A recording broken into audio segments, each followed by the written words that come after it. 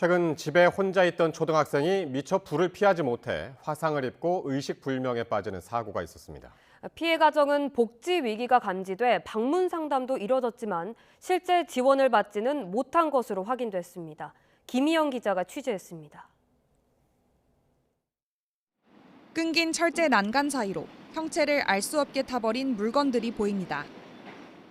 화재로 집 앞까지 검게 그을렸는데 사고 이후 며칠이 지났지만 매캐한 냄새는 그대로입니다. 오전 시간 빌라 꼭대기층에서 난 불로 혼자 집에 있던 12살 초등학생 A양이 2도 화상을 입고 의식을 잃었습니다. 화재 당시 신장 투석을 받아야 하는 아버지는 병원에, 어머니는 일터에 있었습니다. 수방차가 와가지고 들것에 실려서 저기 나가가지고 학교까지 다녀온 그런 애기들. 요즘 애기도 안 낳는 세상인데. 아버지가 병으로 일을 못하게 되면서부터 A양 가정은 지난해 5차례나 보건복지부 시스템에서 의료 위기와 고용 위기가 감지됐습니다.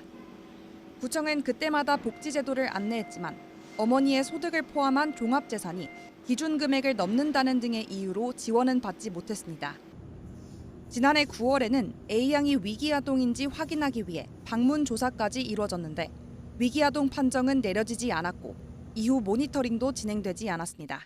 아동하고 이제 상담을 했는데 정상적으로 학원도 잘 다니고 있었고 전혀 문제가 없는 거를 이제 이때는 확인을 한 거예요. 인천시 교육청에서도 아이의 학교 생활이나 교육 관계에 문제가 없었다고 전했지만 정작 새까맣게 타버린 화재 현장에는 빈 컵라면 용기가 쌓여 있었고 감식을 위해 국것으로 보내진 휴대용 가스레인지에는 라면을 끓인 흔적이 남아 있었습니다. 그런 만큼 위기아동으로 의심되는 경우 환경을 더 꼼꼼히 살펴봐야 한다는 지적이 나옵니다. 경제적 어려움이나 학대뿐만 아니라 아이가 혼자 집에 있는 시간이 있는지도 반드시 확인하고 돌봄 서비스를 적극적으로 연계해야 합니다.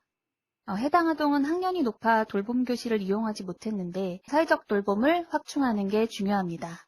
구청과 교육청에서 치료비 등 지원책을 논의하는 가운데 아이의 학교에서도 도움을 줄 방안을 마련하고 있는 것으로 알려졌습니다. YTN 김희영입니다.